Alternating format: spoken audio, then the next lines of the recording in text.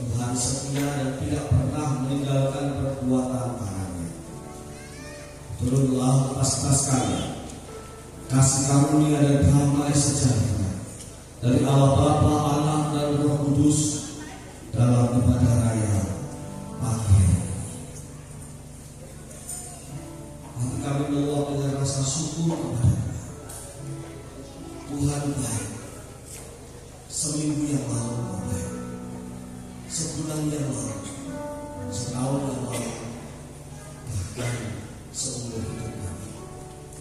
Engkau baik, dan hari ini kami datang kepadamu. Hati kami rindu mengagungkan Engkau, meninggikan Engkau. Beriaria di hadapanmu sama seperti Daud beriaria di hadapan takhta perjanjian. Ya Allah, melalui kami, memberi kami sukacita surgawi, memberi kami kesukaan yang tiada tara, memberkati seluruh jemaatmu, dan Engkau sendiri ya Tuhan yang beriaria bersama-sama dengan kami. Kami mengucap syukur di dalam nama Tuhan Yesus kami berdoa. Amin. Selamat beribadah.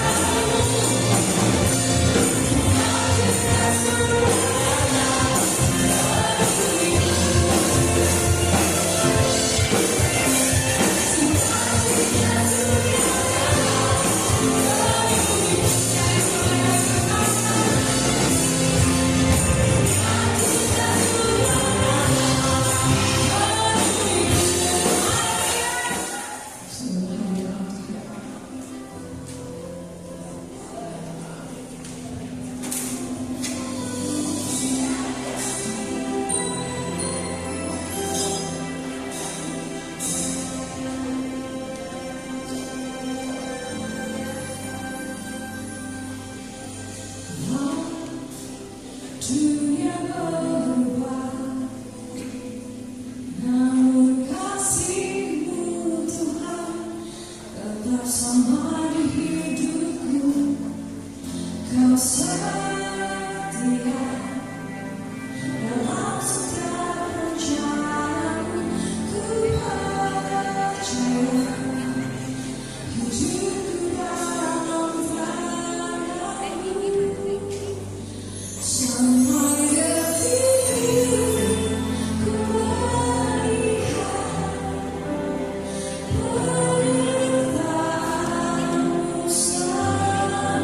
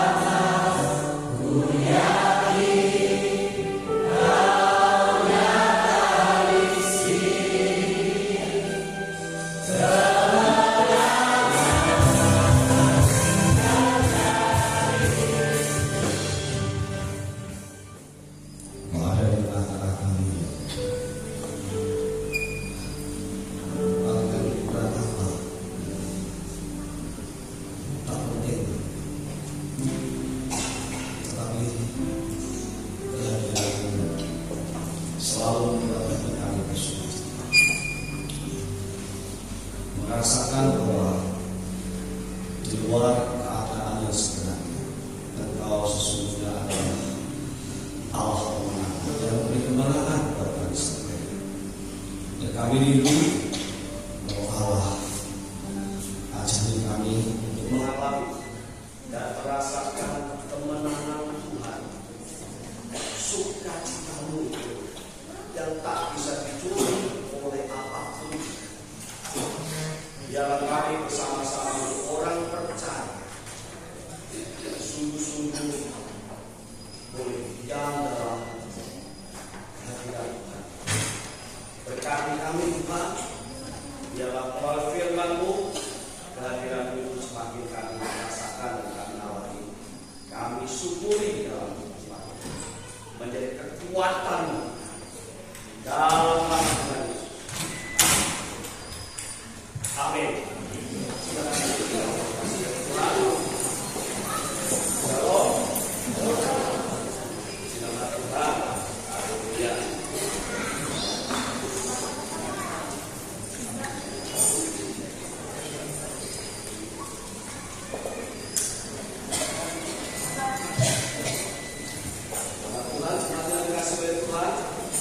Selamat merasakan panas hari ini. Setidaknya Bapak Ibu bersyukur karena Bapak Ibu bisa kipas-kipas di bawah ya. Dibandingkan saya yang di sini harus pakai baju introvisi dengan jas seperti ini. Saya minta tolong lagi ya. Nah, maka Bapak Ibu jangan mengeluh. Kalau mengeluh itu harusnya saya gitu ya. Tetapi saya tidak mau. Saya tidak mau mengeluh, saya bersyukur dalam keadaan gerak ini. Nama Tuhan. Amin. Nama Tuhan. Jemaat yang dikasihi Tuhan, hari ini kita akan bersama-sama mendengarkan firman Tuhan sebelum kita menerima perjamuan suci. Roh Tuhan ada pada. Injil Lukas 04 ayat yang ke-16 sampai ayat yang ke-21. Injil Lukas pasal yang ke-4 ayat 16 sampai 21 sudah ditampilkan di layar LCD. Saya akan membacakannya Bapak Ibu. Ia datang ke Nazaret tempat ia dibesarkan. Dan menurut kebiasaannya pada hari Sabat ia masuk ke rumah ibadah, lalu berdiri untuk membaca. Kepadanya diberikan gulungan kitab Nabi Yesaya. Dia membukanya dan menemukan nas di mana tertulis, Roh Tuhan ada pada, karena Dia telah mengurapinya untuk menyampaikan kabar baik kepada orang-orang miskin. Ia telah mengutus aku untuk memberitakan pembebasan kepada orang-orang tawanan dan penglihatan dari orang-orang buta, untuk membebaskan orang-orang yang tertindas, untuk memberitakan tahun rahmat Tuhan. Dia menutup gulungan, memberikannya kembali kepada petugas, lalu duduk. Maka semua orang dalam rumah ibadat itu tertuju kepadanya. Dia mulai berkata kepada mereka, katanya, pada hari ini genaplah nas ini ketika kamu mendengarkan. Jemaat yang dikasihi oleh Tuhan, siapakah yang butuh pelatih? Tentu sebuah tim sepak bola yang ingin permainannya berkembang, terskema, dan dapat mencapai prestasi-prestasi tertentu. Tim sepak bola takkan tak butuh pelatih, karena biasanya tim sepak bola takkan hanya pemain-pemain musiman. Kalau pas bulan Agustus seperti ini ada lomba-lomba antar kampung di bentuklah tim dadakan dan tak perlu pelatih untuk melatih mereka setiap hari. Cukup orang yang berpura-pura menjadi pelatih sudah main seadanya, menang untung kalah juga. Tapi sebuah klub profesional tahu pentingnya pelatih, tahu bahwa mereka tidak bisa berkembang seorang diri atau bermain seenaknya, tidak ada pemimpinnya. Mereka butuh orang yang mampu mengendalikan mereka, memberikan arahan, dan juga membuat mereka menjadi pemain-pemain yang ada profesional. Jemaat,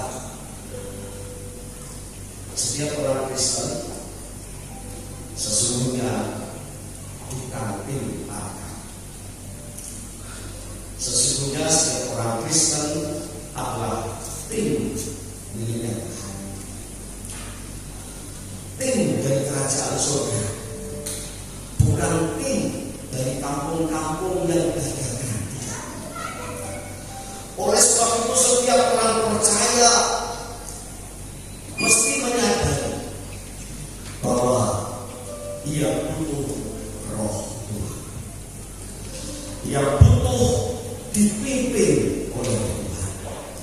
Setiap kita butuh untuk dipenuhkan dengan roh Tuhan. Sekali lagi, sebab kita ini pemain-pemain yang Allah, timnya surga. Tuhan Yesus Kristus menutupi perkataan Nabi Yesaya dalam Yesaya pasal 61 ayat 1 sampai ayat 3, yang mengucapkannya sebagaimana yang sudah kita baca.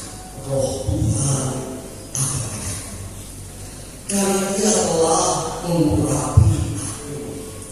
Lalu Dia tutup di ayat 21.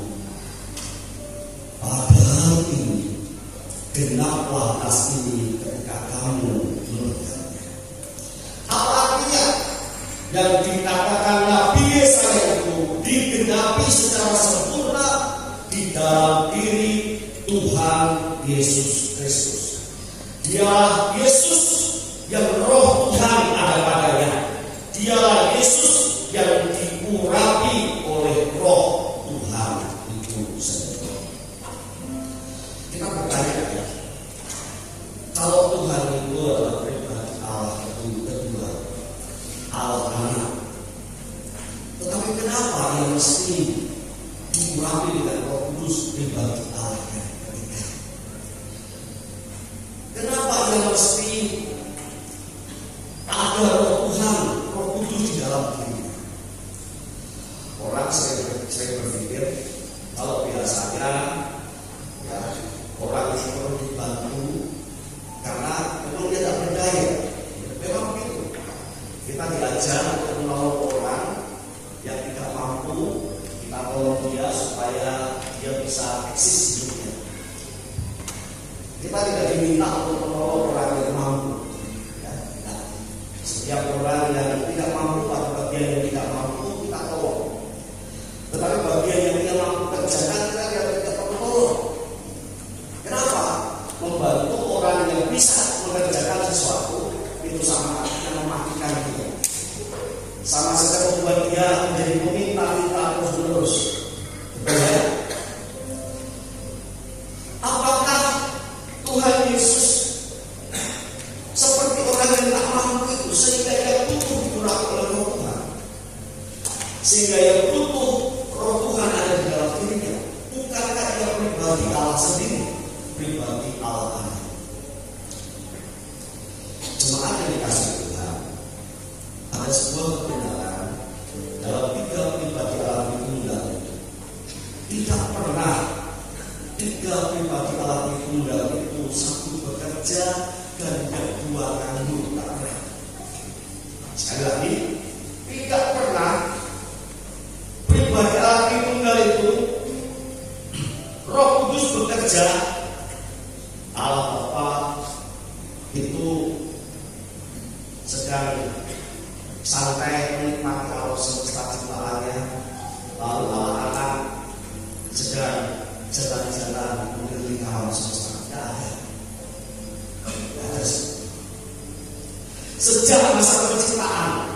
Tiga pribadi roh Allah itu suka bekerja bersama-sama. Allah Bapa menghendaki, Allah Anak mencipta, Allah Roh memelihara. Demikian juga ketika Allah Anak itu memberi diri datang ke dunia, diutus oleh Bapa. Allah Roh Kudus bersama-sama dengan Allah Anak bekerja mendampingi kehendak Bapa. Bapa pun tidak tinggal diam, Ia turut bekerja bersama-sama dengan Allah Anak dan Allah Kudus. Ini juga yang sebenarnya dirindukan oleh Tuhan. Sebuah kerjasama bukan yang dilakukan oleh orang-orang yang sama-sama aktif, ya. Kerjasama itu hanya bisa dilakukan oleh orang-orang yang sama-sama aktif. Kalau orang ada yang pasif, lalu ada yang aktif, itu tidak bisa kerjasama. Orang yang pasif itu hanya minta ditolong, tidak mau menolong, itu tidak bisa. Sama seperti Tuhan akan memberikan talenta 1, 2, dan 5. Yang bisa diajak kerjasama adalah untuk mengembangkan talenta itu siapa? Yang aktif. Yang 2 dan 5 talenta. Yang 1 yang merasa tidak bisa apa-apa mengumpul talenta itu tidak bisa kerjasama. Dia menjadi penonton saja ketika teman-temannya mengembangkan talentanya. Dia menjadi penonton. Tetapi model Allah Tritunggal tidak seperti itu. Tidak ada pribadi Allah Tritunggal yang pasif, dan tiga-tiga yang bekerja. Maka firman Tuhan berkata, bergolong-golonglah kamu menanggung beban. Siapa yang minta? Oh, dia itu tidak bisa nolong, saya tidak bisa. Oh, selain dia saja, kalau dia itu sekali keluar dana, dia satu yang mampu. Tidak usah kami ini mampu keluar dana sedikit. Gereja Tuhan tidak terdiri dari orang-orang yang merasa tidak mampu, lalu memasrahkan kepada orang-orang yang merasa mampu, entah itu secara finansial atau apa. Memang orang itu membantu bekerja sesuai dengan kemampuannya, tetapi tidak pernah ada yang pasif. Karena Allah Tritunggal tidak pernah bekerja seorang satu pribadi dan 2 pribadi menganggur. Ketiga-tiganya mengambil bagian dalam sebuah rencana besar. Maka demikianlah jemaat Tuhan hari ini. Dari apa yang kita baca, kita menangkap satu hal. Jangan menjadi orang yang memasarkan segala sesuatu pada seseorang. Seolah-olah kita mau lepas tangan, kita tidak mampu berbuat apa-apa. Jangan. Nanti kita rugi sama seperti seorang yang punya satu talenta, mengukur talentanya.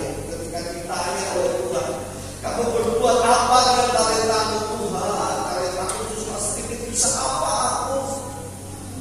Bisa apa? Itu yang punya talenta beri banyak kepada mereka yang bekerja untuk Engkau. Aku menikmati saja. Maka sering saya berkata, kalau ada jemaat yang membutuhkan pertolongan, lalu kita itu ada list ya untuk memberikan sumbangan. Jangan pernah ada orang yang merasa aku tidak bisa minta, karena 1000 perak pun dengan apa yang ada padamu itu berharga. Amin. Amin. Kalau bila tidak bisa memberi banyak, berilah.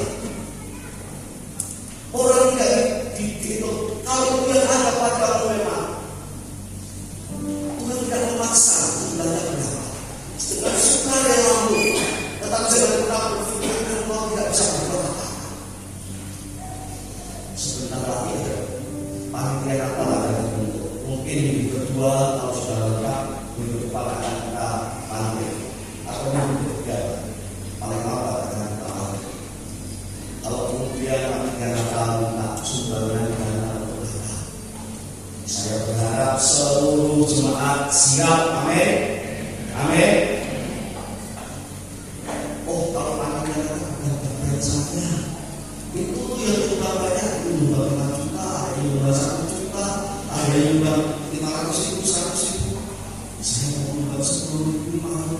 Kalau 10.000 itu apa yang ada padamu? Gajimu bulananmu tidak besar, itu yang kamu lakukan, itu berharga dalam Tuhan. Amin. Tidak ada yang nganggur, semua berlipat.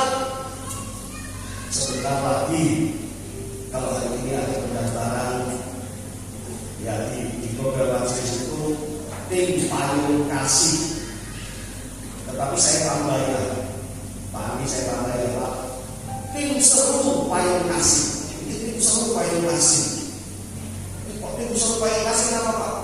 Ini kalau hujan-hujan, jemaat yang terutama yang pakai mobil ya, yang kadang-kadang diseritakan jemaat yang pakai motor langsung di depan gereja bisa. Yang pakai mobil itu pakai jauh di sana. Tim ini akan menjemput jemaat, memayungi jemaat, menjemput, dan kalau pulang hujan sudah mengantar jemaat juga. Mari jangan berkata, oh kalau ini itu jangan. Tetapi apa yang kita mampu kerjakan, kita berikan itu pun berharga, sama berharganya kita panggil menjadi pelayan-pelayan Tuhan. Amin. Saya pun kalau tidak dalam bahasa diikat di depan sini, saya pun mau menjadi tim seru payung kasih.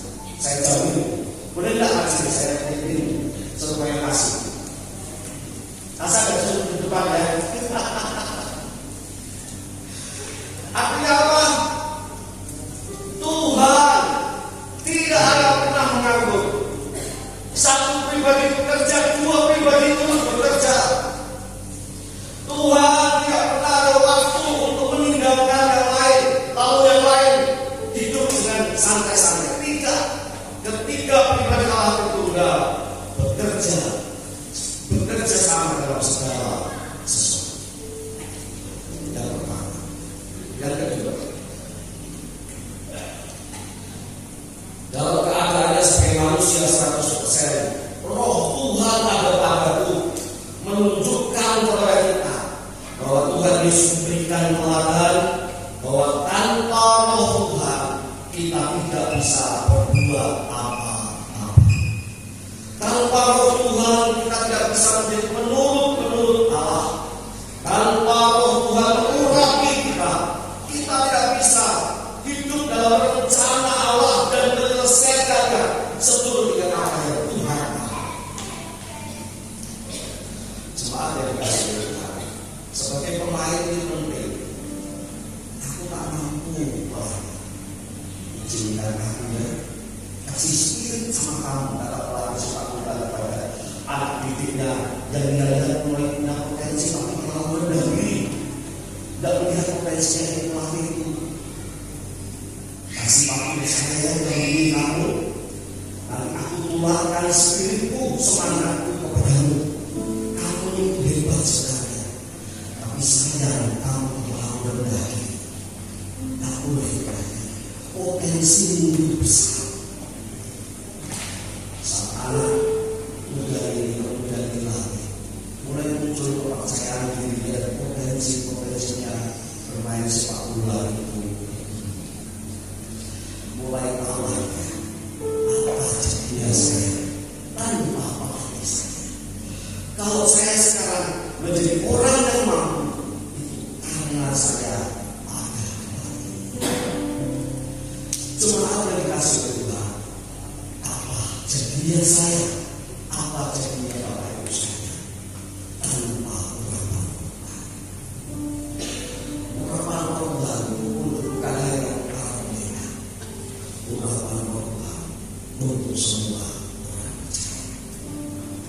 Karena kita semua adalah pemain-pemain. Tidak ada pupuk bawah. Maaf suara saya ada lain lagi, karena sudah hampir seminggu, belum sampai 1 minggu saya bersama dan puji Tuhan sama. Tanpa Tuhan kita tak mampu, betul. Bagaimana rasanya Bapak Ibu mengalami sejarah ini? Ketika kita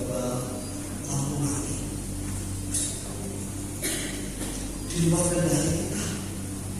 Terima kasih untuk Tuhan, terima kasih untuk tim pelayanan yang tetap langsung menggunakan genset, meskipun kemudian nasib tidak bisa dinyalakan karena genset kita tidak memadai menanggung semua beban asing ini, sehingga ibadah bisa dijalankan dengan lampu dan sound system saja.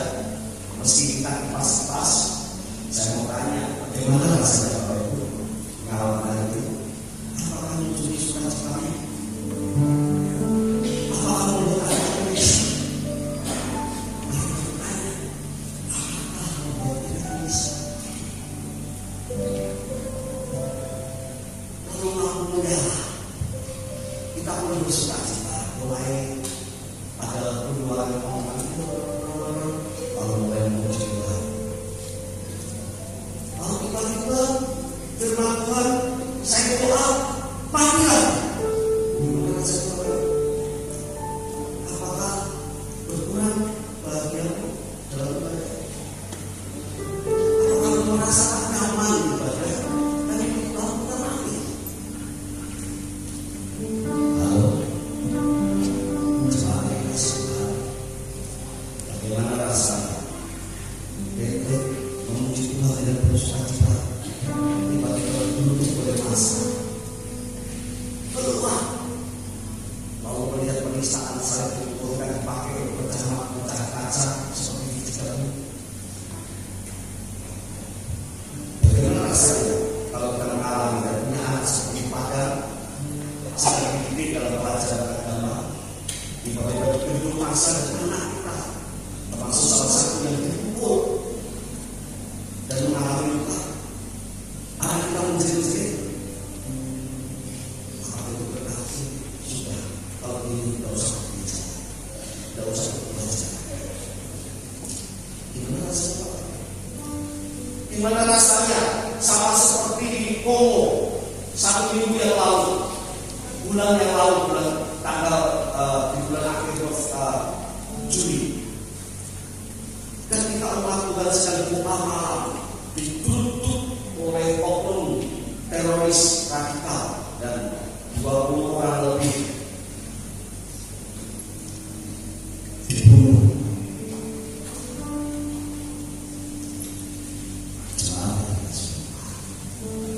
Apa yang kita alami hari ini yang malam hati belum selesai.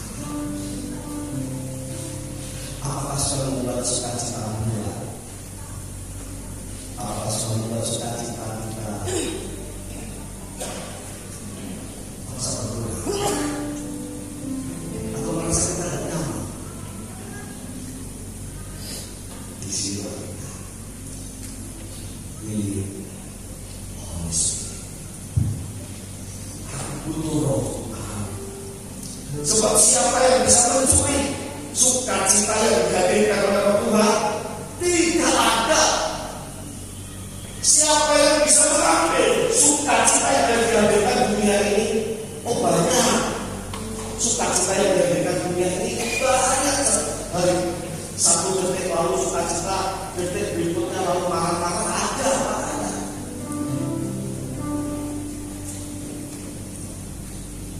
Tiba-tiba paket yang dinanti-nanti datang, petugas kurir shopping datang, sama semakin gembira karena barang yang dinanti-nanti, uang tabung sudah lama untuk membeli alat yang biasa dibutuhkan itu tercapai dan sudah datang di tangannya.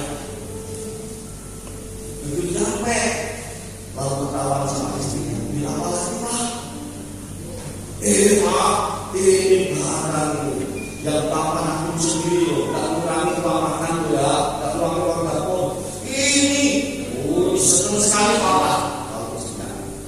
Papa yang memikirkan dirinya sendiri, lalu mau buka paketnya, Mama membayarnya. Mama ini nggak tahu senang, 1 detik lalu sukacita, 1 detik hilang. Tetapi siapa yang bisa mencuri sukacita yang dihadirkan Roh Kudus? Tidak ada. Sebab Roh Kudus yang menghadirkan sukacita dalam hati. Maka dikatakan siapakah yang bisa memisahkan kita dari kasih Kristus? Tidak ada, ketelanjangan pun tidak, di penjara pun tidak, bahkan dibunuh pun dikejar-kejar pun tidak. Kenapa?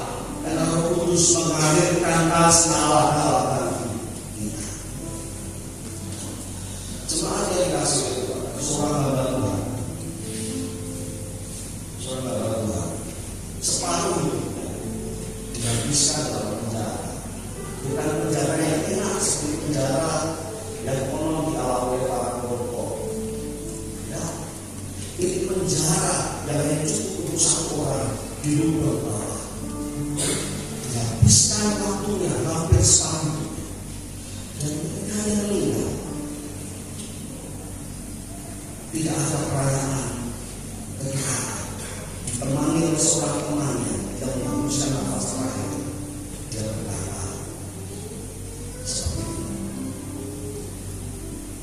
tanpa kehormatan, tanpa kemuliaan, terpujilah lalu lepas nafas.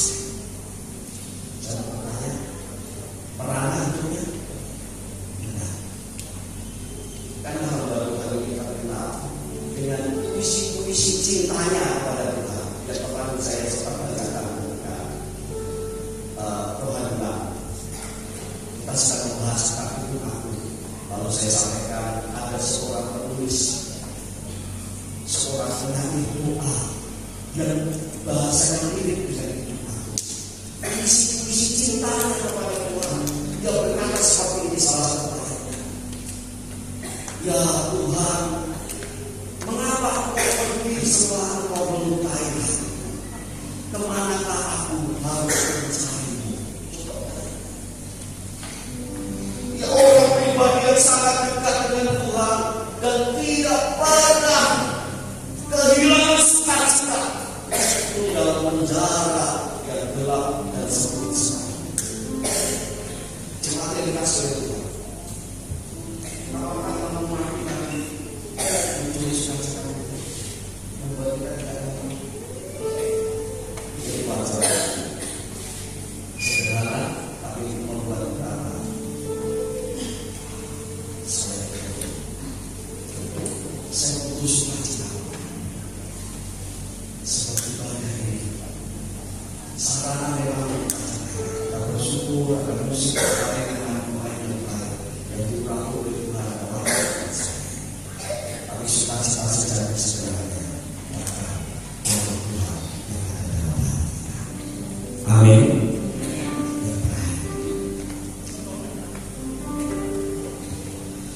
Roh Tuhan adalah untuk memberitakan, saya singkat saja, tahun rahmat Tuhan telah dekat.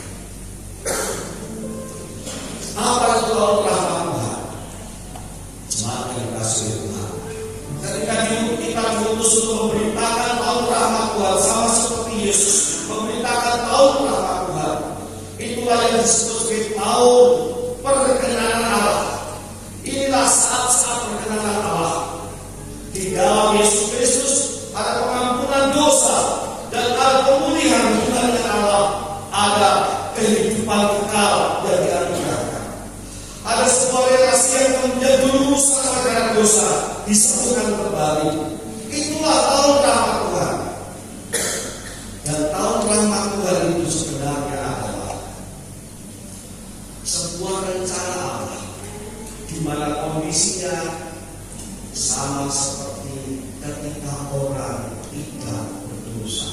Andai kata orang tidak ada yang berdosa, andai kata Adam dan Hawa tidak berdosa, andai kata tidak ada orang yang berdosa dari keturunan Adam dan Hawa, maka hari-harinya akan diisi dengan rahmat Tuhan, akan diwarnai dengan rahmat Tuhan, akan diwarnai dengan perkenanan Tuhan. Maka seringkali tahun rahmat Tuhan itu dijadikan dengan tahun Natal, di mana orang kembalikan kepada Tuhan, di mana tahun itu tidak boleh ada orang yang mementingkan sesamanya seperti itu. di mana tahun itu orang puji nama Tuhan, haleluya, kemuliaan Tuhan.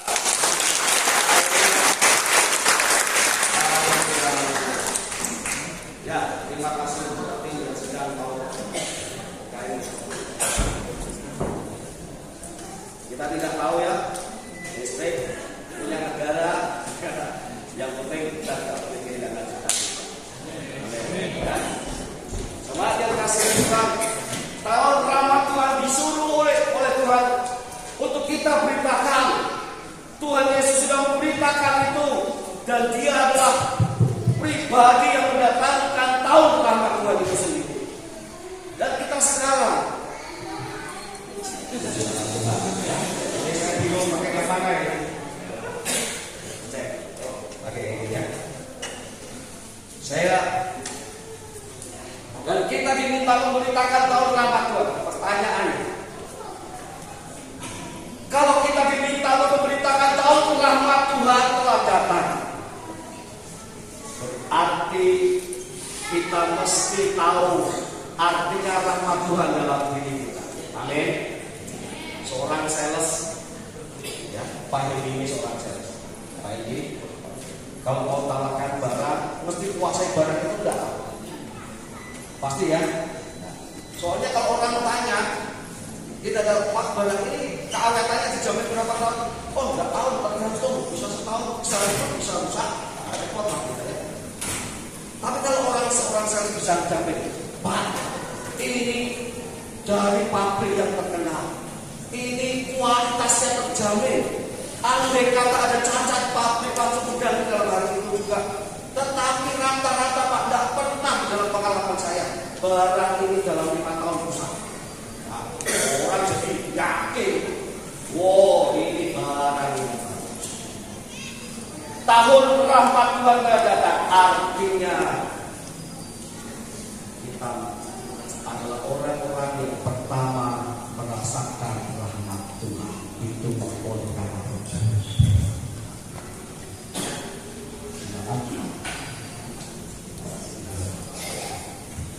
jemaat yang dikasihi Tuhan, rahmat Tuhan ada sama seperti kita bertemu dengan Tuhan ketika manusia tidak berdosa.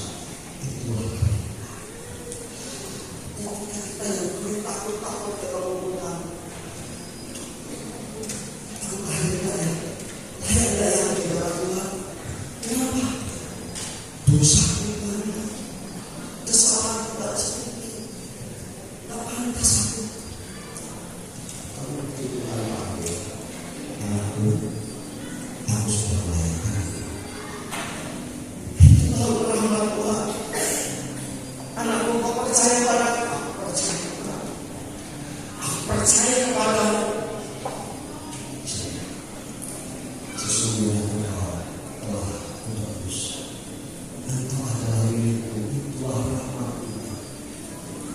Itulah hari-hari di mana seolah-olah apa yang terjadi sejak zaman Adam dan Hawa dihapuskan total, dan kita menjadi layak di hadapan Tuhan, berjumpa dengan Tuhan.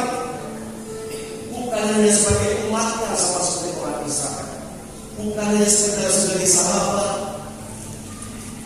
tetapi seperti kekasih, sama seperti ketika Salomo mengungkapkan cintanya pada gadis Sulam dan Tuhan. Demikian Tuhan sedang mengungkapkan cintanya kepada kita, yang memuji-muji betapa Dia cinta kepada kita, dan kita pun sebagai gerejanya, sebagai orang-orang yang kita punya mengalami rahmat Tuhan dan berkata, siapa yang bersama cinta kepada mereka, pada kita kembali cinta yang akan jemaat yang dikasihi Tuhan, dari depan sampai belakang, rahmat Tuhan ada untuk. Amin. Pak, apakah Roh Kudus yang membuat kita mengalami dan tahu betapa berharga rahmat Tuhan itu bisa membuat saya menjadi orang yang sukses. Bisa sukses sama. Apakah pasti orang menjadi kaya kalau dia menjadi orang yang berbuat dengan berdosa? Apakah orang yang berbuat dengan berdosa dia selalu punya posisi tempat yang paling tinggi di jabatan apapun, bahkan presiden? Belum tentu. Karena di negara Republik ini belum pernah ada presiden Kristen seorang. Ya, belum tentu. Tetapi saya mau katakan, apa yang diharapkan orang ketika menduduki jabatan ini? Apa yang dikejar orang ketika punya kekayaan yang melimpah? Itu dihadirkan oleh Roh Kudus Allah. Yaitu apa? Kebahagiaan. Tidak kehilangan sukacita. Ada orang mengejar begitu rupa harta benda dikumpulkan. Untuk apa? Supaya bahagia. Karena begitu dikumpulkan, dikanya bahagia dan menambah kekhawatiran. Nah, saya jamin orang yang diperlukan dengan Roh Kudus mengalami rahmat Allah dalam hidupnya. Ia mengalami damai sejahtera, kebahagiaan, sukacita yang dicari banyak orang dengan berbagai cara. Bahkan adik-adiknya diizinkan buat punya posisi, diberi kekayaan yang melimpah. Ia menjadi orang yang tetap mengalami kebahagiaan, bukan karena semata-mata harta yang banyak, tetapi karena melihat betapa Tuhan memberikan kepercayaan yang luar biasa kepadanya. Kemudian keluarlah pujian. Siapakah aku ini? Tuhan.